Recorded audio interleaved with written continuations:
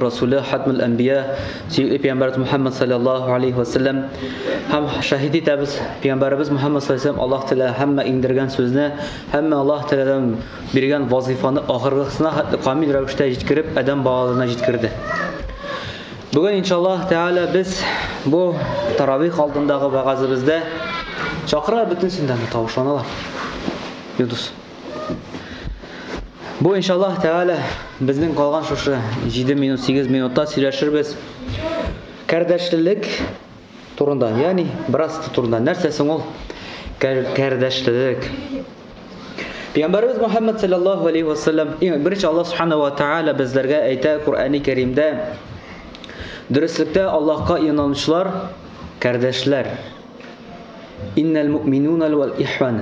Yani уверующие являются братьями. Her bir Allah'a inanmışlar ol kardeşler birisi-birisine. Yani tuğanlar, bratство, bratья. Hem Peygamberimiz Muhammed sallallahu aleyhi ve sellem ayta: siz cennetke hiç de kirmezsiz iman getirgençeye hatlı.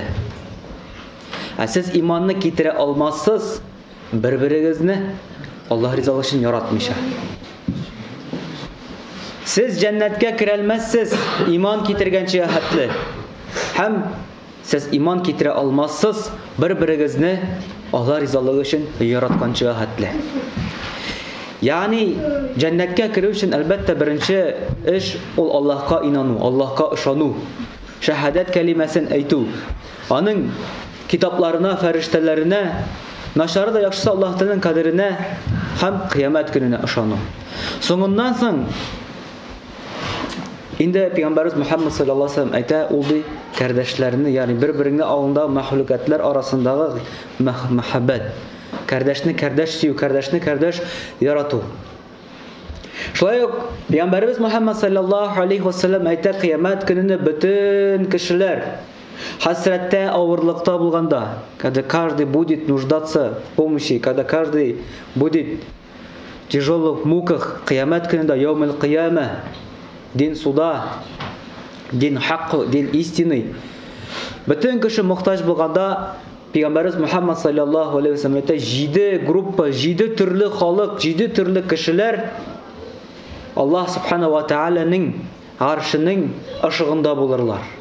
Onlar anda cennetteki şekilleri rahatlıkta bulurlar. Bütün kişi azapta, ağırlıkta, lakin 7 türlü kişi, 7 grupa Allah Teala'nın arşının ışığında bulurlar. Şularının birisileri iki kardeş. Qayсылары Allah rızalığı için birsin yarata. İki kardeş, qayсылары birsin için Allah Teala'nı yarata. Bizni İldar Hazret hatırdadır.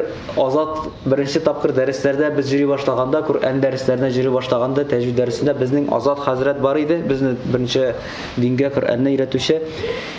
Mana şu hadisni getirgenden so'ng bir kardeş aytdi. Bu naверное xotin bilan eri arasındadır dedi. Muhabbet degashdan so'ng. Lakin hadisda anlatılgancha bu намного шире. Xotin bilan er arasında da, ana bilan bala arasında da, dost bilan dost arasında da. Ama da lakin köbüsünce alimler ayttılar bu iki kardeş arasında, iki dost arasında kimler birisi için Allah Teala'nı yaratalar. Şulay Peygamberimiz Muhammed sallallahu aleyhi ve sellem aytdı. Aşudan baş tartığız, künleşmegiz, bir-biringizge arka bilen burulmağız. Hem eşkinden de artık öpke tutup yürmegiz. Yani нельзя более 3 дней обижаться, нельзя более 3 дней разорвать отношения өзіңнің достың bilen. Разорвать деген отношения yani bütünlüğü arka bilen burulu, söyleşmev, selam vermev. Yani bütünlüğü anın bilen münasebetine özü. Şulay yok. Menin bir cumada söyleganimde indi bir Ramazan ayında mana şu ne vakitinde tege iftarlar vakitinde mana iki kardeş arasında nesedir arkasında nizak barlıkka keldi. Что-то nesedir buldu indi. Во время ифтара что-то не хватило, что-то nesedir кто-то кого-то толкнул манда, наступил, nesedir buldu indi незначительный. Но erleştiler bunlar. Менә шушы бер көн, 2 көн, кая берсе утырган җирдә тегесе уже абкадит итә, утырмый. Тегесе намаз укыган җирдә икенчесе нитми, прям күренеп тора явно. Мен шушында берсенә килдем дә әле анда тегенче дип әйтим. Бөтен кешегә дә килеп әйтерлек, нитерлек дигән кебек, аны моны аңламыйсың. Миңа килдем дә берсенә. Субханалла, сез бит шундый бергә гел һәр вакытта бергә дуслар диләр, без бит мусульманнар, Аллаһ арасында Аллаһ ризалыгы өчен бергә булыр. Гафу ит инде ди. Ул әйтә, ну карагыз. Пәйгамбәрбез Мухаммад саллаллаһу алейхи ва саллям әйткән, ярамый 3 көннән дә артык үпкәләп йөрергә. Минем әле 2 көнем бар ди. Ягъни ул хадисне киресенчә аңлады. 3 көннән дә артык үпкәләп йөрмәү, ягъни бу Аллаһ субхана ва тааля сиңа вакыт бирә. Бу 3 көндә син уйларга тиешсең. Беренчедән, нигә безнең арада низак барлыкка килде? Икенчедән, нигә нәрсә дөрес эшләмәдем? Нәрсә? Өченчедән, миңа нәрсә эшләргә аның үпкәсен бетерү өчен. 3 дня дается на это. Это не означает, что син 3 көн үпкәләп җыясың. 3 көн бирелә сиңа, чтобы со своим братом мөнәсәбәтне җылытырга, чтобы опять задружиться. Потому что если Аллаһ Тәала 3 көн бирмәсә, син бит таба алмассың причина, син бит таба алмассың юл, чтобы прощение попросить. Аңлап бетермәс идең. Шуңа күрә 3 көн буена син табырга тиешсең үзеңдәге бөтен начар якларны. Бу сиңа анализ 3 көн. Син должен уйларга, нәрсә мин дөрес эшләмәдем, нигә мин тәкәбберләндем, нигә мин горурлыгымны күрсәттем. Шуннан соң син уже кардәш яна барасың да 3 көн эчендә, кардәшем, гафу ит, алейкум салам. Гафу ит, кардәшем. Менә шушындай начар ягым бар минем. Минем хатам бар. Менә сиңа 3 көн шушы бирелде. Шулай Пәйгамбәрбез Мухаммад саллаллаһу алейхи ва саллям әйтә, дөрестлектә сезнең диндәге кардәшләрегез хатыннарыгызга һәм балаларыгызга караганда якынрак диде. Кешеләрдән сорасаң, синең тормыш максатың нинди? Ягъни мусульман дингә килеп бетмәгәннәр, намазга басмаган кешеләрдән сорасаң, цель жизни синең нинди дип сорасаң, ул әйтә, балам өчен, гаиләм өчен, ни өчен? Ягъни аларның бөтен максаты шо вкладывать бала һәм гаиләдә. Пәйгамбәрбез Мухаммад саллаллаһу алейхи ва саллям әйтә, что сезнең диндәге кардәшләрегез сезгә гаиләгезгә караганда да, хатыныгызга, балаларыгызга караганда да якынрак. Ни өчен? Менә хәзер сез килдегез, Алла менә ул таравих намазына килдегез. Таравих намазы безнең башлана сәгать 8-дән 10-га хәтле, 2 сәгать. Шулай бит. Беренче тапкыр хәрби чыкканда, яки намаз, яки гомумән бу просто мәчеткә чыгып киткәндәме, кемнең хатыннары әйткәне бар? Зактырма инде.